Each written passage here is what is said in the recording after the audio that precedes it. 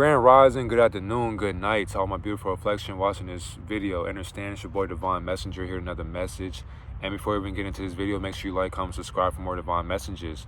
And honestly, I keep seeing stuff about April 8th and the eclipse that's supposed to happen.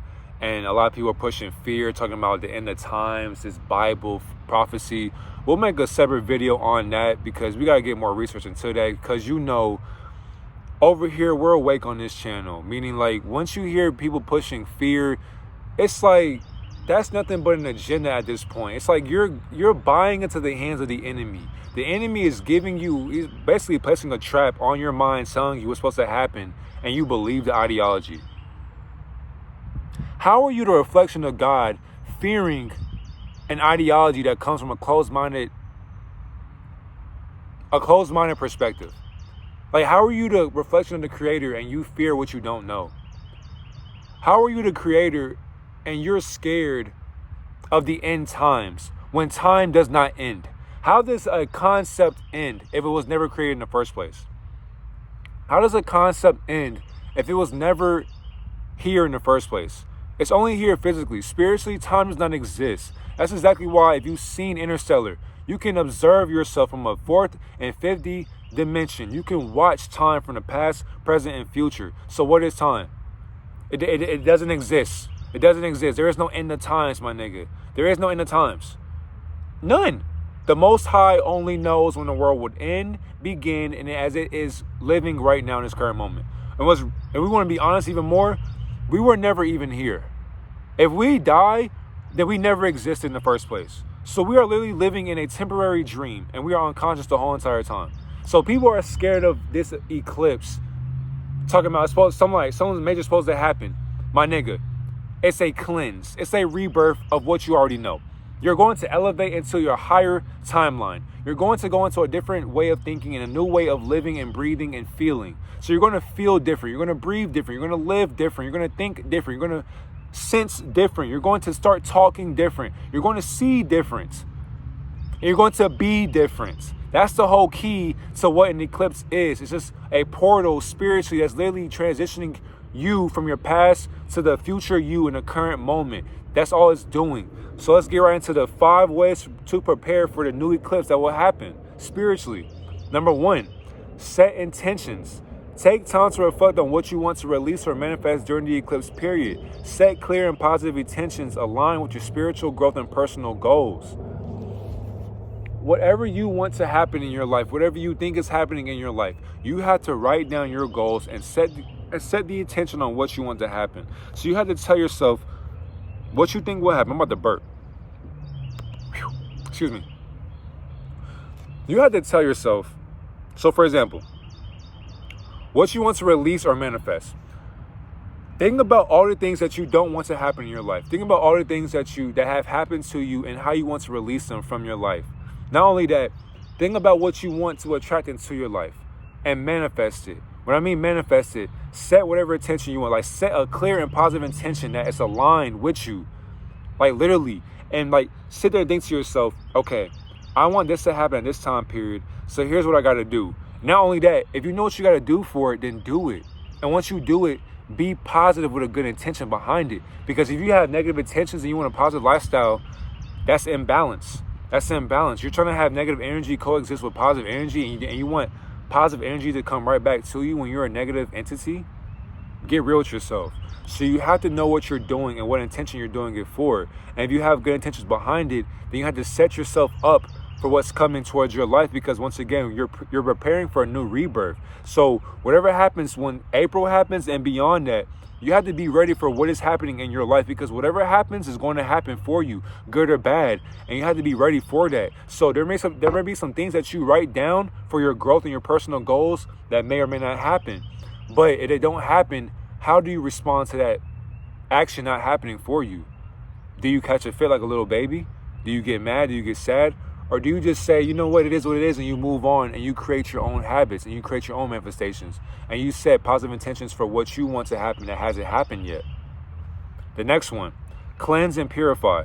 Clear your space and energy through rituals such as smudging with sage, taking a spiritual bath, or using crystals to remove any negative energy and prepare for new beginnings.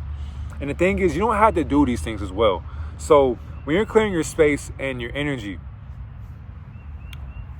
you can do any ritual you want, because everything is a ritual. What I'm doing by making a video right now and being able to articulate it is a ritual as well. Because for me to even manifest this, I had to manifest it before it was manifested. So what is happening by me being able to articulate my manifestation and record it, that's basically a ritual right there. So you have to cleanse your space around you. So if you look in your room and you see clothes everywhere, you see shoes everywhere, you got this trash and your floor is dirty, vacuum it. And you don't have to use sage as well. Sage is not bad for you because we already made a video on that. Crystals aren't bad. None of these things are bad for you. Spiritual bath isn't bad for you as well. These things are only bad to a person practicing demonic practices. But when you're awakened, you can use sage for whatever benefit you want. You can use incense, you can use crystals for whatever you want, because they're purifying your area and your aura around you. And another thing as well, to cleanse and purify your space, right? So here's another practice too. A practice to cleanse your aura. So you envision the aura coming from the bottom of your feet above your head. Once you do that, you take the energy from your feet and you raise it above your head. And you let that spread amongst your aura.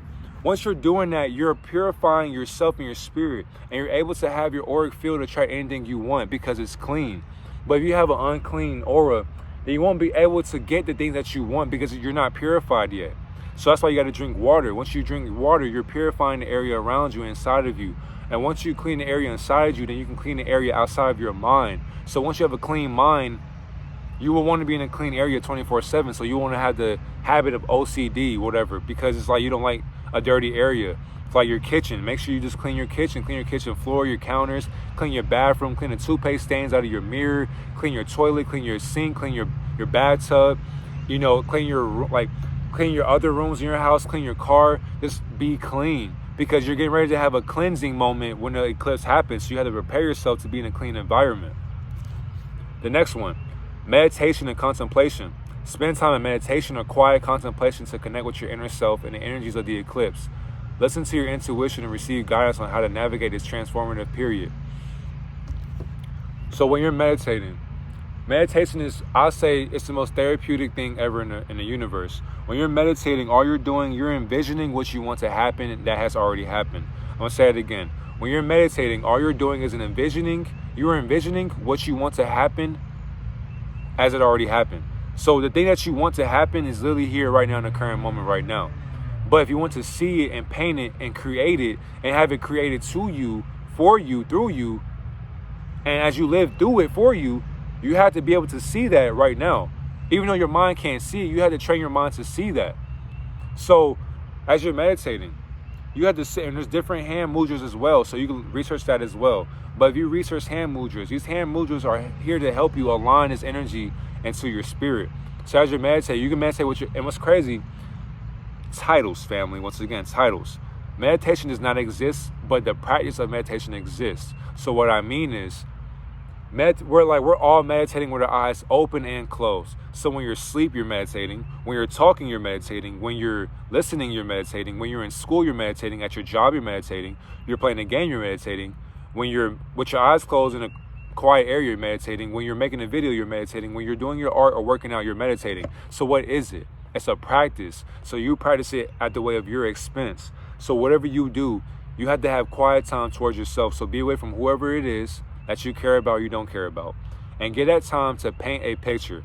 Because if you want to have true meditation, the true practice of it, you're not talking. Because you're trying to paint what you want your ego to see in the future, in the current moment. So you're manipulating your subconscious mind to make it conscious of your unconscious ways. So as you're doing this, your subconscious mind will want to drift off. So as you're meditating in a quiet space, and what's crazy, here are the mudras. I do this mudra. I do this mudra for the solar plexus. And then I do this mudra right here for my third eye. And I align it right here. But as you're doing that, you close your eyes. All you're doing, you're painting. And like what's crazy, your mind will drift off here. Your mind will go here. Your mind will go here. Your mind will start thinking of random shit that does not matter. You have to bring it back in alignment and just let it be. Let it be. And once you do that with your eyes will just sit there. You can bring them up here. You can bring wherever you want. But have your mind just paint. paint your life and you see it and you feel it, how do you feel in the future? How do you feel when you get the car that you want? How do you feel when you get the girl or the man you want? How do you feel when you're able to travel with the girl or the man you want or you have in your life? How do you feel when you get that $10,000 contract or $1 million contract, $500 million contract? Like, how do you feel when you get the new car? How do you feel when you're on a cruise ship? How do you feel when you're skydiving? How do you feel when you're getting millions of views, likes, you're getting plaques and accolades, accomplishments, when people are, want to take pictures with you? How do you feel in these moments? And feel them. Like, imagine the smile on your face. Imagine how your parents feel when they see that their child is successful. Imagine how it feels to see that your siblings adore you. They look up to you. They cherish every moment with you. Imagine how it feels when random people are coming up to you saying they love your art. They love the way that you show off your authenticity in this world. Just imagine that. You have to imagine, like, you have to literally use imagination. Just like SpongeBob said, imagination. Literally, you have to imagine great things if you want to see great things, literally. 4, journaling. Write down your thoughts, feelings, and insights before, during, and after the eclipse. Journaling can help you process emotions, track your spiritual journey, and gain clarity on your intentions. It's a fact. When it comes to journaling can help you. Journaling is like your Bible. How you read the Bible, or how the Bible reads you, because the Bible is a mockery.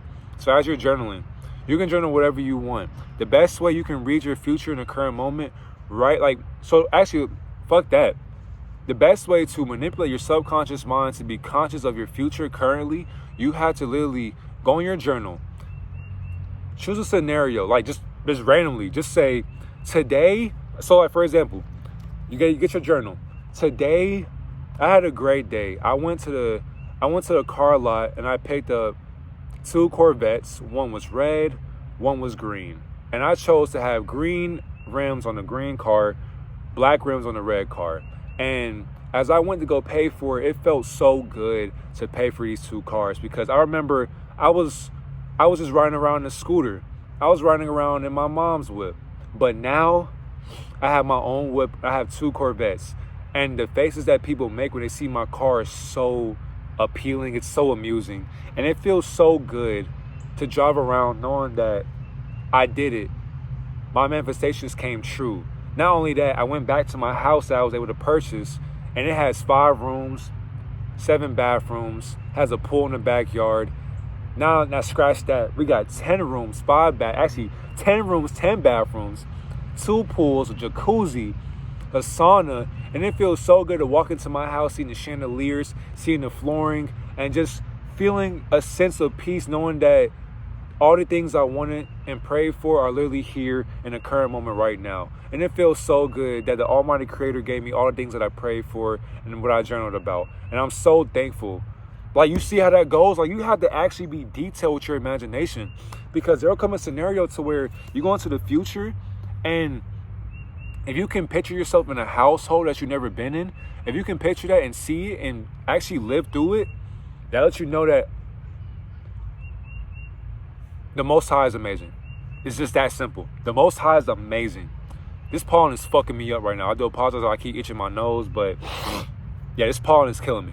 So yeah, you had to actually journal. You had to be passionate with your journal entries. And because once you, if you go 3 years down the line from right now, if you go back and read them and you see what you were writing down and you actually see what you're living in, that lets you know there's some power in what you were doing. And lastly, rituals and ceremony.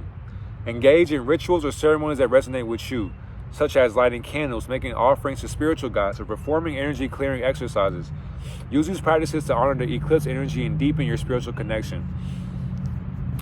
And some people will think like rituals are satanic or atheistic. It's like rituals are everything. Everything you do is a ritual. When you pray, that's a ritual. When you meditate, that's a ritual. When you talk, that's a ritual. When you read the Bible, that's a ritual. When you go to church, that's a ritual. When you're when you're cleansing your area, everything's a ritual, literally. So the best way to give love in a ceremonial way to the Most High, to your spiritual guides. For example, being out in nature, giving offerings like fruit to the universe, giving your crystals to the universe, giving yourself to the universe, giving water, pouring water to nature, watering your flowers, you know, taking care of your animals. Like, if you're just doing certain things that are giving, like pouring not only to yourself but other things, and you're just practicing bettering yourself, then you're going to have these rituals sync within your synchronicities, and they'll be able to harmonize your energy and pour it out in a profound way. So for example, energy clearing exercises. So like that practice I just taught you, how to bring the energy from your feet all the way up to your auric field. That's a ritual right there. But gurus in the Himalayan mountains, all these different monks and all these different Buddhists and all that, they do these different auric field exercises because they cleanse their energy from what their ego perceives. Because even though they're human beings, they're spiritual beings in a higher perspective, in a higher elevation.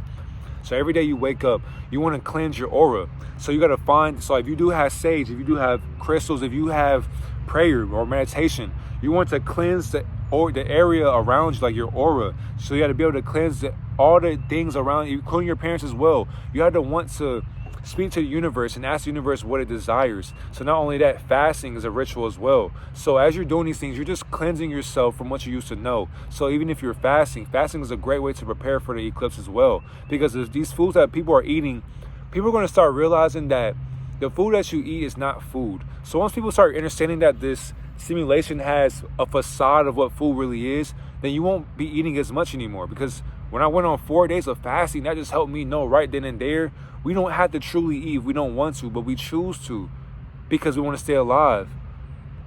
So you have to understand that all these signs are here to help you prepare for a new eclipse that is going to happen. And if it doesn't happen, then so be it. But if it happens, there's no need to be scared of what you know already. There's no need to be scared of what you don't know, because that's just pushing fear upon you. And fear is the strongest frequency in the negative frequency world. Fear is the number one indication of control. So if you fear the eclipse, you fear yourself and you fear your own ignorance. I love you. Have a great day.